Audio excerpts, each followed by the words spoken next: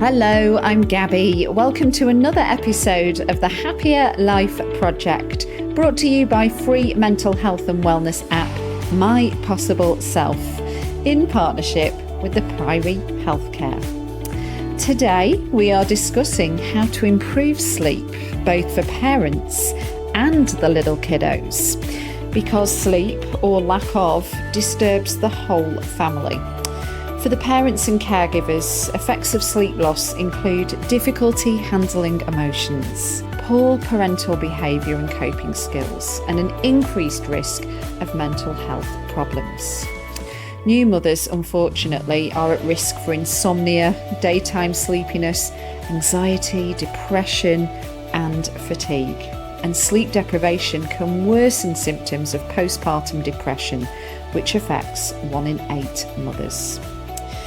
Here's an interesting fun fact for you. After the baby is born, men lose an average of 13 minutes per night, whereas women lose over an hour of sleep each night. And on to the little ones. Studies have shown that kids who regularly get an adequate amount of sleep have improved attention, behaviour, learning, memory, and overall mental and physical health. And not getting enough sleep can lead to high blood pressure, obesity, and even depression. Yes, that's in the children as well as the adults. Navigating a child's sleeping schedule can be incredibly challenging, worsened by even the best intentioned having an opinion on sleep decisions and sleep training, which can result in yet more pressure being put on the parent. So it's no wonder today's guest is so much in demand. Lucy Wolfe is a leading sleep consultant and author of the best-selling books, The Baby Sleep Solution and All About the Baby Sleep Solution. Lucy works with parents on a one-to-one basis, providing a bespoke sleeping plan together with quality guidance, support, relational safety and compassion. Lucy is also the resident sleep contributor on Virgin Media One's breakfast show in Ireland and contributes far and wide as a parents, baby and children's sleep expert online, broadcast and print media. Plus, Lucy's got a big social media following, proving that this is an area where parents feel so overwhelmed and really struggle, and they are desperately in need of her kind advice and expert suggestions. And just one final note before we get into the conversation with Lucy.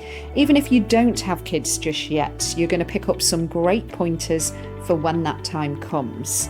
And if you don't have any children nor are planning to, there's some great tips for adults as well. So, ready to find a healthier, happier you? Let's get started.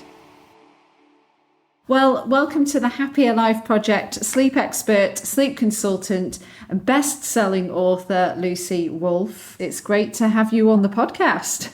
Thank you so much. It's lovely, and thanks for the lovely introduction too. Just thinking about the title and the agenda of this podcast, the Happier Life Project, this is exploring areas in which we struggle with, and we speak to various experts in different fields, like yourself, to explore, converse, and get pro tips to help us build a happier, healthier life. And I think you would agree, sleep has got to be right up there in terms of we must prioritise. Oh, without a doubt, that will always be my language. And I suppose it's because when we don't get enough sleep, it has such a huge impact on every aspect of how we experience our lives. And, you know, in some ways, it for lots of different reasons, it hasn't been prioritized, but it needs to be more so, because really it is, like, they refer to sleep as the third pillar. But I think in terms of hierarchy, I believe myself that sleep really needs to come first, because then I think that cascade positivity that it stems from getting enough sleep can be realized in all areas then. Yeah. And I've spoken to a couple of nutritionalists and personal trainers, and actually they say sleep and prioritizing sleep is so important. And actually I got one PT to rank in order of, what should we focus on, and he actually said sleep first, and he was a personal trainer. Yeah, I think it's great that sleep's being positioned into the narrative in that way. Well, you specialize in working with families, so not just the babies and children, but parents as well.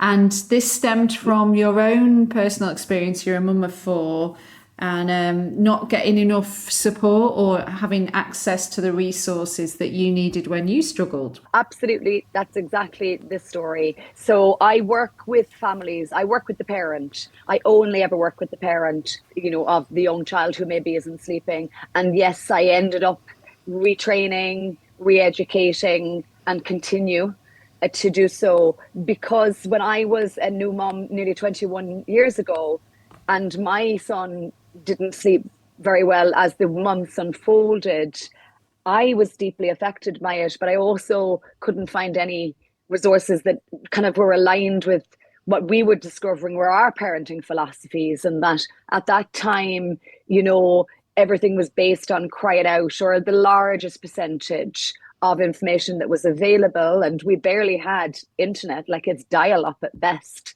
then. So you're relying on books. There was no sleep consultants based in Ireland where I am. So when I went to my GP looking for a referral, she just said, there's no one to send you to. So what it meant is that as a parent, I needed to try and work through it myself, which we did. And again, for us as parents, we didn't really want to leave our baby alone to cry in order to get him to sleep better. It almost felt like the solution was worse than the actual problem. So between mix matching and reading different things, we helped Jessie to sleep better, but it sort of initiated in me a deep interest in the fact that he had originally been quite a good sleeper, and then he became a not so good sleeper. So I was really interested that could even happen. And then I was interested because there was no resources. And then I went on to have another baby. And by the time we had Ellen 2 years later, we started to have friends who had children, because we didn't really have any friends with children when we first had our son.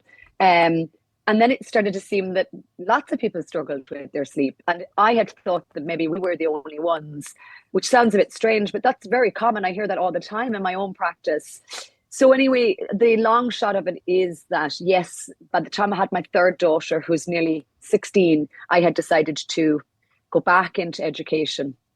And ultimately, I wanted to become the person that I felt I needed when I first was struggling. And ultimately, that's why I've been in practice for over 12 years. I've continued my education journey. I'm now doing postgraduate research in this area. And I guess I think it's a total privilege to be able to support parents and to do so with a responsive approach, because I guess that was so important to me then. And I think it's important to a lot of parents, the majority of parents, I would say. I mean, I don't have children myself, but I've got plenty of friends, most of them that do. And I know that they are just sometimes so exhausted, they can barely function. And you must have parents that come to you at their wits' end, because it's part and parcel. If baby doesn't sleep, parent doesn't sleep, right? So, it affects everybody. Yeah, unfortunately, yes, people come to me when they're at their lowest, and they come to me when they're really quite vulnerable. And I'm very, very aware of that. Like, I'm very aware of how much courage it first of all takes to ask for support. Because often when parents struggle with their sleep specifically, they feel they failed. They feel that they've done something wrong. Whereas what is absent is enough in understanding psychoeducation around infant sleep, so that parents can get a deep understanding of it before they even have their children, which probably would prevent a lot of the challenges that parents experience, because often it's a lack of understanding or knowing about how sleep works, what helps, what hinders, and what parents can be doing in a gentle and emotionally appropriate way quite early on. Whereas lots of times parents think that they're just going to sleep, and lots of babies just do. but a lot of babies just don't. And I suppose it's Mhm. those ones that I'm really interested in, because obviously that's what end up with me in my practice. And to just, Mhm. as a practitioner, when I get all those cries for help, if you want to call them that, at one point in my practice, it was so deeply overwhelming. So then I went on to write my books. I went on to develop my online courses. And obviously, I have a social media platform where I try to share as much, free content, because I think everyone deserves to hear quality, information and stuff that might resonate with them, just to help them in some or part of their journey. Because Mm. parenting's hard enough. Yeah, and I guess there's the sort of things that we all know in terms of like getting sleep, but I would imagine a lot of parents come to you and say, well, we've tried that, we've tried that, we've tried that. They're just really frustrated. And like you said, they feel like they're doing something wrong. But I thought it was interesting that you said even before the child comes along to get the parents clued up on this stuff, I suppose. And when a mother is pregnant, in terms of prioritizing her sleep, does that affect the baby that's growing inside her from then, do you know? It's not known to, but at the same token, we do know that there is a womb world, so that all the interactions that are happening in utero have a developmental impact on baby. So I suppose we don't have that information that, let's say, a mom who struggled to sleep, like inherited sleep issues, if that makes any sense to you. But I Yes. suppose I definitely would kind of circle back to that psychoeducation that I feel is absent from preparation, from the antenatal preparation, and is so important, because we know actually from studies that if parents are educated around the normative development of their child's sleep, that actually they feel more confident, they understand. Because you see, there's lots of different narratives out there. And one of them is that, babies should sleep by a certain age and they should do this and they should do that. And very often that isn't the case. And I suppose just the way that sleep develops organically, developmentally, there is no greater time of development of sleep than in the first 6 months of the baby's life. And of course, it goes on, it keeps on developing until your child is, 5 to 7 years old. But in this first 6 months, where it goes from being immature to maturing, and again, just understanding how that might work. So they go from having, they are doing sleep cycles, but they're not entering sleep the same way that we do. But by the time they're 4 to 6 months, they are now doing, the sleep that we'd be familiar with, the REM sleep and the non-REM sleep. And what starts to happen is sleep cycles begin to form, their brain starts to cycle through sleep. And this all starts in this first 6 months of life, and where their body temperature is developing, their cortisol levels are beginning to, regulate. And again, there's a kind of cocktail that goes on with the circadian rhythm that is also maturing, that has such an impact on how our children and then thereby the parents experience their sleep. And just even knowing small things that you can do to help regulate, because we're all relatively familiar with the idea, the concept of a body clock. But I don't know, do we ever always think about it as the infant with their body clock and what might help them, with a regularity to the day, exposure to bright and natural light, and, kind of beginning to shape their experience of, creating dimmer lighting at bedtime. In the first 6 to 8 weeks, the baby has a maternally transferred melatonin level, which is the sleep hormone. Then that is gone and they start to make their own. But of course, we can support that by creating light and creating a dim light to help replicate, sunrise and sunset. Just all these things, I guess, I think are easily understood and easily transferred in terms of knowledge base to parents, but as early as possible, which will help them to make informed decisions. Yeah, I read somewhere that sleep training should start around 6 months. And is this because of just basically what you've explained in terms of like the development within the first 6 months, and then as they're hitting that 6 month mark, that's when, like you said, they start to sleep, I guess, in the same way that an adult would in terms of like the REM sleep and whatnot. Is that why the training should start around 6 months, or is that not true? Because I did get it from Google. Yeah, no, and I suppose just no, that's perfect. And I suppose for me as a practitioner, I tend not to use words like sleep training, because again, I think it has really high negative connotations with, crying alone, and that isn't really what responsive interventions look like. I typically think of sleep learning. And yes, we do recommend that there is no sleep training or sleep learning before 6 months, but that isn't to say there aren't things that parents can be doing in the first 6 months to help promote and initiate the child's sleep profile. I generally encourage parents to split their child's sleep into two halves under 6 months, where we gently shape the infant sleep with a couple of different things that I can talk to you about. And then beyond 6 months, we can do some gentle sleep learning, which kind of helps move the needle if the preparation work in the first few months hasn't, initiated or manifested what a parent is hoping for. And so there is a distinction, and that is why that distinction exists, because it's based on the maturation of your child's sleep.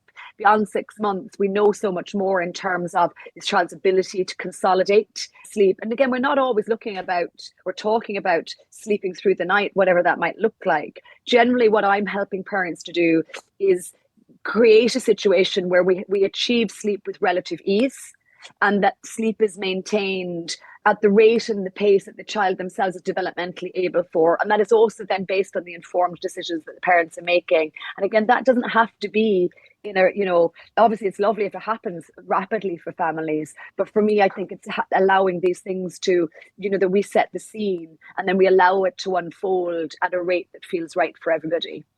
You mentioned a couple of times about the, leaving the child to cry or not. And I don't think, me personally, I could just let a child, baby even, cry themselves to sleep. But I also know that's kind of been, instilled or taught. I don't know if it's old fashioned, you tell me. But I do know people that they use that method. And for me, I find that I would find that too traumatic for the child and for myself. And I'm sure people think like me, and I also know people don't think like me. And I just wondered what your thoughts are there. I know you say many times parenting is hard and we shouldn't be judgmental or anything like that, but it does feel kind of cruel. Yeah, and you see, I suppose ultimately, I would support a parent who's made what decisions they've made based on the information they had in front of them. But as a practitioner and as a parent, it isn't something that I would be an advocate of, because I think that, first of all, yes, you're right. Cry it out, leaving a baby to cry on their own, or a variation of that, had gained, like the footing of being the general knowledge base of the way of managing infant sleep. But we know so much more about, infant mental health and emotional development. And also we do know that although those strategies can be effective, they can be quick, they can be effective for some parents, we also know that most parents, the majority of parents probably are adverse to that, because it's kind of counter to all of their, their biological processing of support and comforting their young child, which leaves this kind of squeezed middle, if you like, that maybe some parents who want to improve their sleep, they don't want to leave their child on their own to cry. They feel there has to be one or the other. And I guess where I come in, because I feel that you can sensitively and emotionally appropriately support and accompany the baby on that transition. That doesn't mean they won't necessarily cry, but what it means is that the parent will be like completely available, physically, emotionally, distracting, picking up and really soothing and comforting.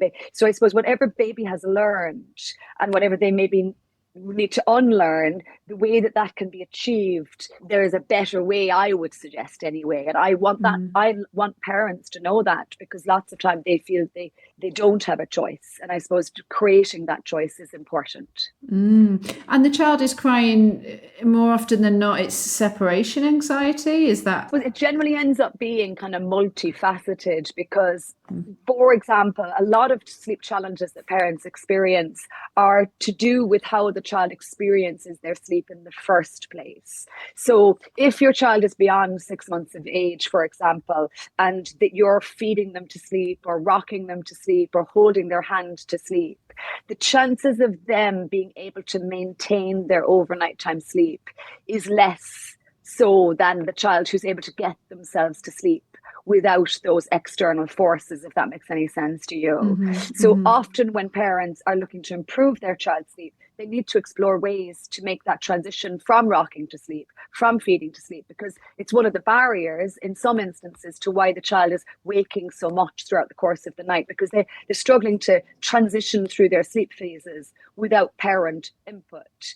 Now, we're not looking for no parent input anyway, but what we're trying to do is maybe improve the child's own sleep ability, if that makes any sense to you. So you might have heard words like, independent sleep and self-settling, but what I tend to try and convey is what I call sleep ability.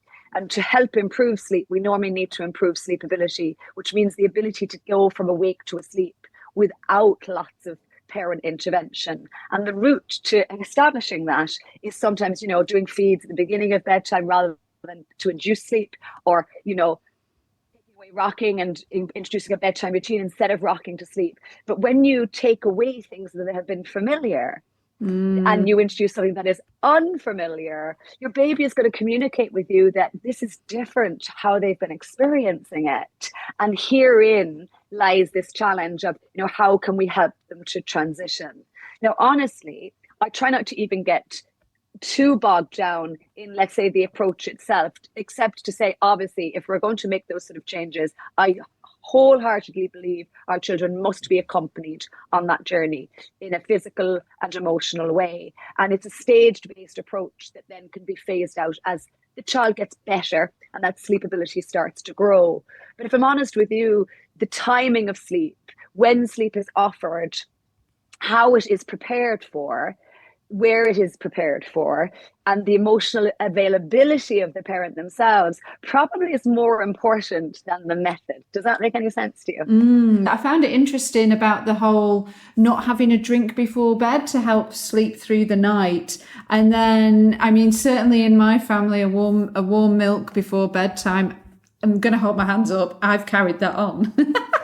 But, gorgeous. And I suppose what I want you to know is nothing's wrong with anything until it's not working. Does that make any sense? Yes. I suppose that's the bit that I'm deeply interested in. Okay, gotcha. So whatever you do that works, don't stop doing it and I get lots of messages on Instagram. Like, I obviously create a post that's troubleshooting oriented. And then people are saying, but I'm doing this. Is this okay?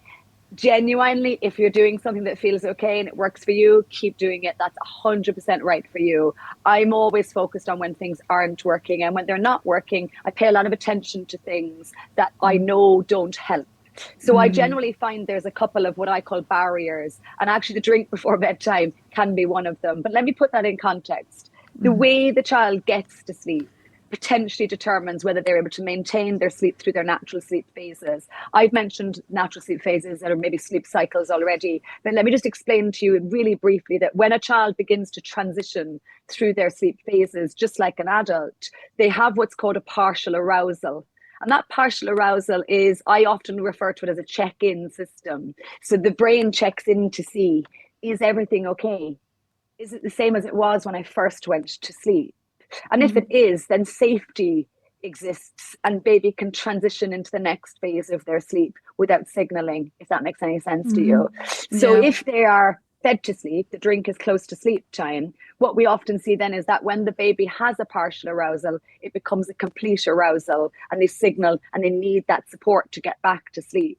And so feeds sometimes, unless there is a clearance between them, and this is from 6 months plus, if this is 45 minutes between the last feed and sleep time, I typically find we see more sleep problems in that cohort. Now, it won't always be the case, but it is one of the things I always integrate into a plan. And what I want you to know is that it doesn't need to be a boob to sleep or a bottle to sleep. As children get older, it could be just a sippy cup of water or just a quick gulp before they go to sleep. And I know it isn't this, but I often explain it as being, it's like a muscle memory of sucking being deeply attached to the sleep experience. And then the need to suck back to sleep hasn't been totally diminished. So again, if I move the feed out of sleep, I then know that I can create a high sleep ability with a responsive approach. So the child is handed over their own sleep ability, which clears the way for them to start cycling through their natural sleep phases. Now, it's not as clean as that. But again, it's about sleep onset, what happens when I go to sleep, and obviously what happens when I'm returned to sleep, often become the reasons why. Does that make sense? Yeah, definitely. So then, as the child gets a bit older, maybe they don't have warm milk, but what if they have like a hot chocolate? I was reading up on sugar and sleep just before this call, and this was an article I found in The Guardian, the alarming truth about how sugar ruins your sleep. Eating sugar late at night overstimulates you, it gives you energy and makes you ready for activity, but that's not what we're trying to do at night. We're designed to shut down towards the end of the day. Sugar uses up a lot of magnesium, which you need for sleep. So in terms of with the little kiddos, giving them a sweet treat, a pudding, a hot chocolate before bed, this isn't the best thing to do. Yeah, like I suppose, when we're looking at sleep, I look at it as a whole. So I'm looking at, what time we wake at, what we do when we wake up, what are our activities like, what's our connection like, what's our diet like, what's our hydration level like, what supplements are in the diet, how much time do I spend outside versus sitting down? Because everything that we think, feel, eat, drink, see and do affects our sleep.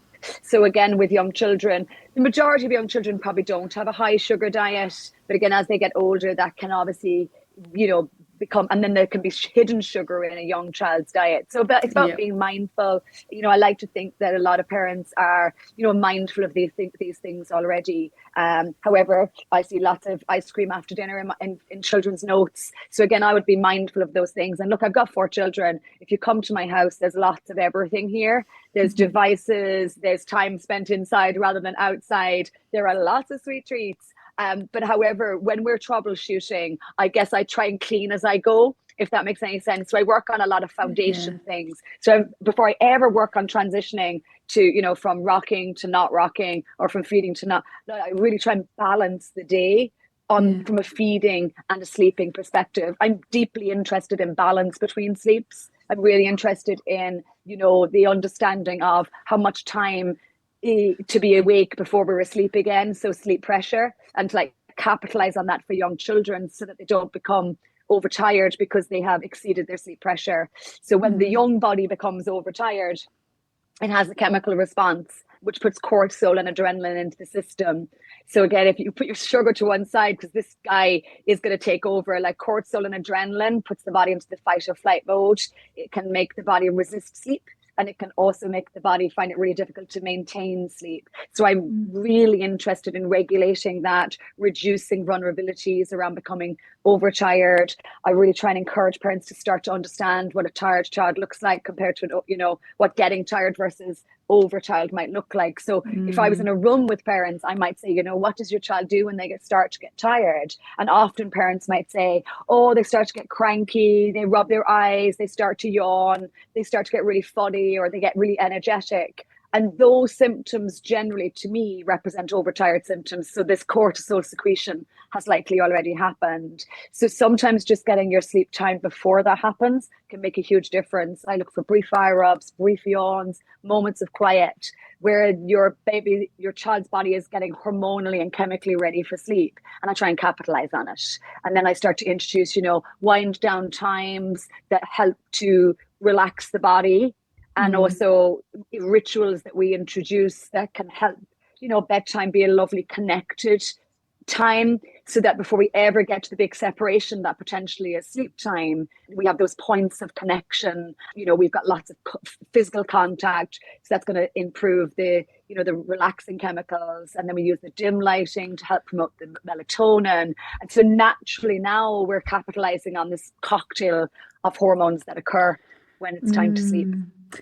In your advice, what is an example of a great bedtime routine for a little one then? So I definitely have an opinion on this. You won't be surprised.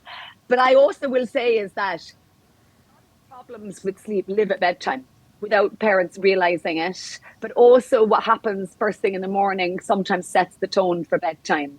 So I'm known for answering a question almost with a question, because I think it's so multifaceted always. But I think it's important that if we're looking to establish a bedtime, establishing a corresponding wake time is important. So actually how we start the day determines how the rest of the day unfolds. So that for me is acknowledging, first of all, that anything before 6 a.m. is considered nighttime, and anything after 6 a.m. is generally considered okay to wake up.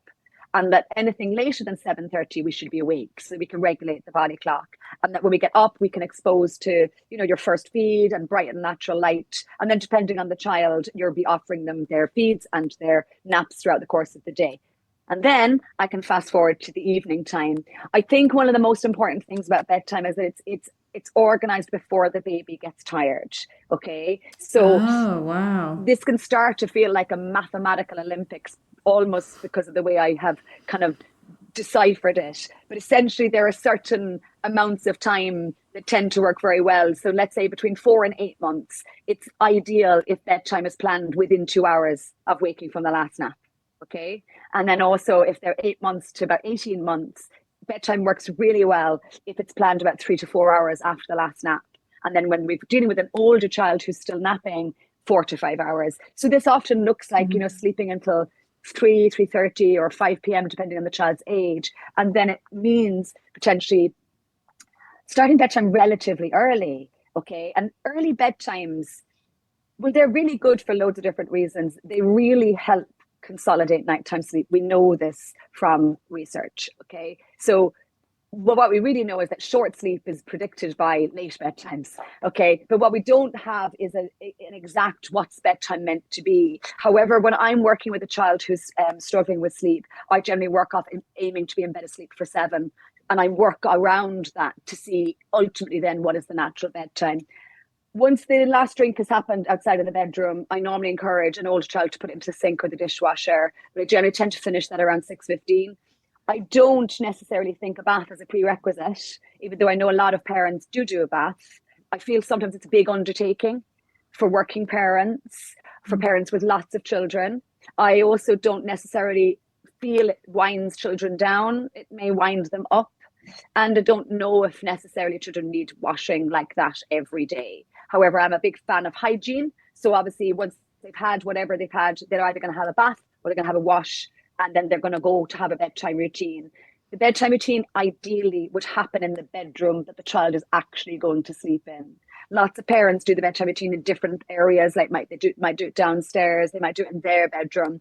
But the ideal place to do it is in the room that baby sleeps in, because you want your child to have positive feelings, forms and associations with the room that is associated with their sleep. And you like the idea of bedtime itself kind of being logical and linear, so that there's not too many things that break the spell of the bedtime routine. So once we leave the living space, for example, and we've done our hygiene jobs and we've done our teeth washing, then we can go into the bedroom and then we can work on, you know, getting baby ready for sleep, dimming the lights, closing the curtains, changing the nappy, putting them into their pajamas, into their sleeping bag if parents are using one. And once the dressing to sleep has happened, and parents are often surprised that I might include that as part of the bedtime routine. I love association. Like I love, this is my costume for sleep. This is what happens to me when it's time for sleep. And whilst you're getting them dressed and ready, you can be chatting with them, singing with them, making eye contact with them. And this connection is really helpful to what you're looking to ultimately do then, is, you know, help them get to sleep. And we know emotional availability at bedtime is a big predictor of longer sleep as well. So just engaging in that, lots of cuddle time, book sharing, songs, physical contact, eye contact, just engagement. And about 20 minutes in duration, there's my perfect bedtime routine. Oh, you're making my heart swell, Lucy. I just wanted to, because I think it's important, especially being a mental health app. This one is kind of for parents. I think a lot of the time, like they're probably by the time they get the kiddos to bed and to sleep, they're like, okay, it's our time. But then maybe their bedtime routine goes out the window, and actually maybe they're not going to bed as soon as they should, or they're stimulating themselves because they're watching TV and they're on their iPhone. And again, no judgment. I am guilty as anyone for, you know, screens before bed, even though I know it's not the good thing to do. But how important is a parent's own bedtime routine? I mean, I hear a lot, especially when the kids are babies, the advice is sleep when they sleep. I know, which kind of makes me a bit mad, if I'm honest, because it kind of feels like an unrealistic sort of guidance or recommendation, you know, because first of all, sometimes they just don't sleep. Okay. And then also, mums often feel under pressure that when baby's sleeping, they've got to do all the jobs that they didn't get done while they were doing all the care of the baby in the first place. Obviously, although we've talked, you know, good bit about sleep, and that the parent is the most important person in the whole relationship here, because the parent is the pourer of the cup, and so their own emotional well-being, their own care of self is unbelievably important. But it can feel like just something that's not tenable for someone who's trying to look after a baby who is, restless, waking loads. Relationship between the parents or the caregivers often can become a bit fraught. And I think then it's about really doing everything you can to prioritize yourself. The relationship the parent has with themselves is the best predictor of the relationship they'll have with their baby and their child. So again, yeah, I would be a big fan of parents when there's both involved, trying to get good at sharing the load when that's realistic, drafting in support when that's possible, taking care of yourselves and each other, whether that means one of you staying up to do the last beat, inverted commas, or one going to bed early one night. And you see, the dilemma comes that sometimes when you've got lots of young children and you get that moment where they've all gone to bed, you almost want to kind of meet yourself again, like kind of right. get in touch with and so that often is one of the reasons that mums don't go to bed or dads don't go to bed, because it's their only time. But again, it's about deciding what's right for you, what fills your cup. Maybe it is scrolling on Instagram. I definitely do a lot of decompression, scrolling through social media. And like you, I obviously know all the guidance, but sometimes I just need that kind of decompression before as a relaxing, I always think it's like a gift to myself, things that we do. So again, it's just trying to figure out things that feel right for you and then trying to package it up in a way that's quite caring. And it doesn't have to be, going to bed every night at 8 o'clock. But I know when my kids were really young, especially I think when we had two of them, I went to bed really early for a good while my husband stayed up with the baby to do the feed, right, expressed. And then that meant that I maybe wasn't needed again until 2 a.m. So I actually got a block of sleep.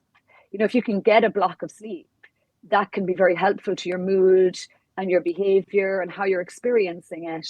And I also think about deciding how we're going to share the role, if it's a shared role. Does that make sense to you? That like often mums specifically end up taking on a lot of the caregiving duties, and that often is really natural and feels really, but again, maybe then that means that other things need to be delegated. So it's just trying to figure that out between caregivers. And again, some people might be listening to this and be driven and saying, because they are on their own. So it's just trying to, again, for parents parenting on their own, how can they prioritize their own selves and their well-being and what works for them, and can they look at an earlier bedtime, because that might give them a little bit of time in the evening time, so it's just trying to carve out those well-being. You'll be familiar with them already. I almost almost feel a little bit like, can we keep telling them that's what they're supposed to do when it feels like an impossible task? But again, if we could just kind of carve it up into small chunks and to know that parents first. And what about if you're co-sleeping? Definitely this happens a lot in my family. Baby then grows into child and is still sleeping in bed with the parents. And I think then the struggle is so great, isn't it, to get them in their own bed? So again, certainly from the experience in my family. It can be. And I suppose for me, I am really an advocate of parents figuring out what feels right for them. And that doesn't mean it's forever either. Again, obviously, we talked earlier about, familiar and unfamiliar. So if sharing the bed is familiar to a child, then not sharing the bed with them at some point will be unfamiliar. Now, some children will potentially themselves decide they are no longer wanting to share the bed with the parent, and they'll go off and want their own bedroom. That obviously happens. I don't see those families. Does that make sense? I only see the parents who have committed to something, either reactively or because they made a conscious decision early on, but at this point now they don't want to do it anymore. And it does take work to help a child learn to fall asleep in a different way, in a different context, but it can all be done in a really loving way. But like with most things, it's going to take time. The older your child is, the more familiar they are with something. But again, I then try and get the older child invested in their own sleep happiness and to kind of showing them it. Again, it's how do we package it up for them? How do we help them? How do we define their sleep place? So, if you always lay in the bed with them to get them to sleep and then they come into you overnight, it's not unreasonable for them to want your body if they had your body in the first place at bedtime. So sometimes it's worth looking at why don't you be alongside them at bedtime to begin with and create that difference. So you're still very available, but instead of your body in the bed, maybe your body is next to the bed. That's a nice intro to, that change. But then it is about helping your child understand, where do I sleep?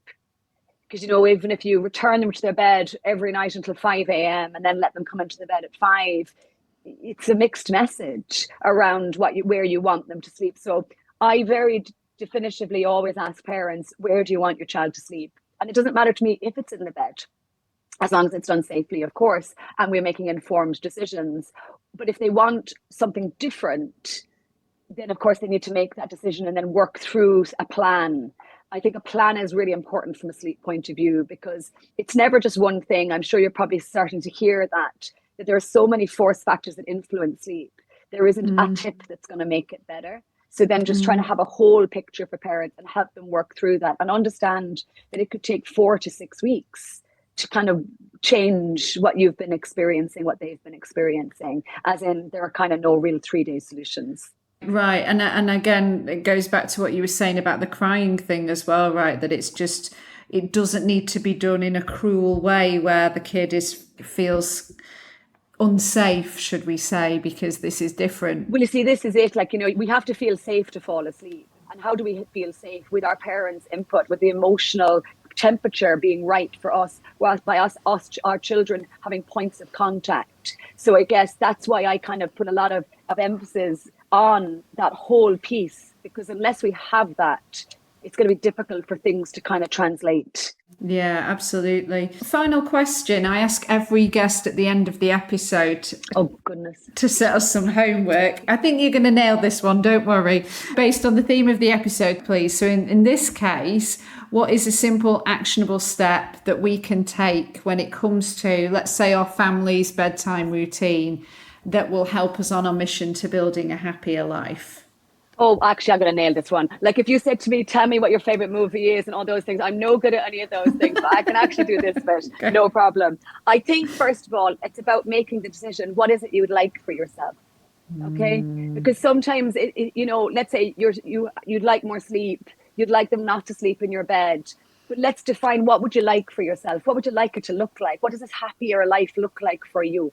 That's the first thing. And let's be intentional around it. I would like my baby to sleep in a cot in their own room. I would like more sleep. Okay. So perfect. We've set our intention. We have an idea of that. Then let's take a little bit of what we know. Let's start having a regularity to the day. Let's get up at the same time every day. Let's eat at the same time. Let's get naps in before your child is tired. And let's have a regular bedtime. So I talked about an early bedtime. So there are a few things that predict short sleep. Late bedtimes, irregular bedtimes are 2 of them, and an absence of a bedtime routine. So let's bring bedtime forward. Let's make it regular, and let's introduce a bedtime routine. And again, let's think about the bedtime routine that I spoke about, because not all bedtime routines are equal. Yet I do, and I'm very aware of parents investing a lot of time at the end of the day. Whereas again, I'd like to make that quicker for everyone, because I think that if parents can feel empowered, if they can feel assured and confident in how they're managing things, their children will feel that. They will pick up on that. They too will feel confident. They will feel trusting. They will feel loved and seen and heard. And then we can move together in a better direction, and just acknowledging that it takes time for things to improve, but that you are the architect of this improvement, and just to start looking for information that resonates for you, that feels right for you and feels manageable and doable and makes sense for you as a parent. You're right. You absolutely nailed it. Thank you. I had every confidence. So for more on you, your Instagram page is Lucy Wolfe with an E, sleep. Website is sleepmatters.ie, because you're in Ireland. And you've got 2 highly acclaimed best-selling books, The Baby Sleep Solution and All About the Baby Sleep Solution, which they're available to buy from most places. Right. Did I leave anything out? You've got courses as well. These are online courses, right, on the website? They are. You can everything. You can see all my resources on sleepmatters.ie, and I do have plans, online courses that parents can download for immediate kind of sort of help And you can access it through that website. It'll take you to Lucy Wolfe Sleep Plans, but it's all the one. Yeah, Lucy, thank you so much for today. It's been there's lots of takeaways in there for adults as well, not just the kiddos. Thanks a million, Gabby. Thank you. Yeah, sleep has touch points that are relevant to us all. Oh, she did nail it, didn't she? Thank you again to Lucy Wolfe, and thank you to you for listening to this episode of the Happier Life Project with me, Gabby Sanderson. And now for the important housekeeping. If you are suffering with your mental health, there is a crisis button on the My Possible Self app, which will signpost you to the correct information for immediate expert advice. Those of you who are listening on one of the podcast platforms, the My Possible Self app is completely free to download, so you don't need to worry about it costing you anything. Please note the views expressed in this podcast are solely those of the interviewees. The content of the podcast should not be considered as a substitute for professional or medical advice. The primary healthcare is not involved in the production or content of this podcast. To find and follow us on social media, if you're not already there, we are at My Possible Self, and I've been at Radio Gabby. Please do take care, guys, and I'll see you on the next one. Bye for now.